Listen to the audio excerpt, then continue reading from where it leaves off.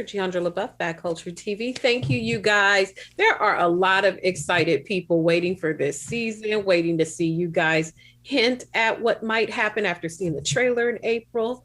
Beginning with you, Jack. How is the dynamic going to change for our four ensigns? A lot of things happened at the end with taking promotions and people just trying to maneuver around the decks there. So, how's the dynamic going to change? Well, it changes in a lot of ways because Boimler is he took the promotion to the Titan. He was just kind of bowled over that he could even be on that ship. So we kind of left without really even saying goodbye, which was not a great move on his part. And we see him grapple with, the Titan goes on very different types of missions than the Cerritos does. We see him kind of grappling with a new atmosphere. And in terms of the rest of the characters, they are trying to find a way forward without Boimler. Not that it completely cripples them or anything, but the way that Boimler left, it causes some ripple effects back in the Cerritos. I think, Tawny, you could probably talk about that more than I could. But yeah, we definitely see things shift around in a really interesting way this season.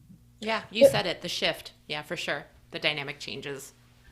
With that shift, Tawny, one of my favorite debates that I like to see the fans talking about your character is the brilliance versus the insolence. It's like, gosh, she's so smart, but I would kick her off the ship if that was me. What is the fun? Would you kick, if you were the boss, would you kick you off the ship?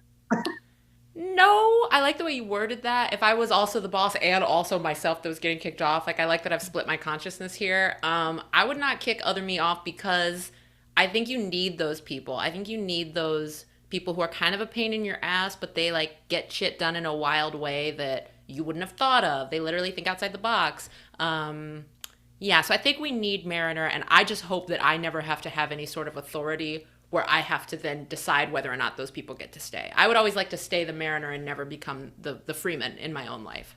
Absolutely. I feel the same way. Don't give me responsibility. I'm good. I don't want to be a manager.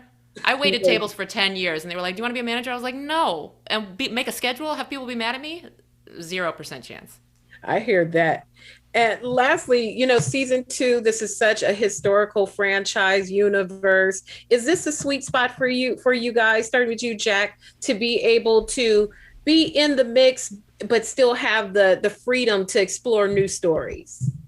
Oh my God, yeah. I love that we're a part of this storied franchise that's been around for decades, but we get to tell new tales within it, especially from the perspective of the ensigns. We've seen it a little bit here and there, particularly in the TNG episode called Lower Decks, but we've never really come up with characters starting at this level before, week for week. So I'm really excited for people to see what we have this season because we got all the setup out of the way. Now we can just exist with these characters and see what makes them tick and see all these fun new adventures that are going on this season. So I feel exceptionally lucky to be a part of it, especially in this way.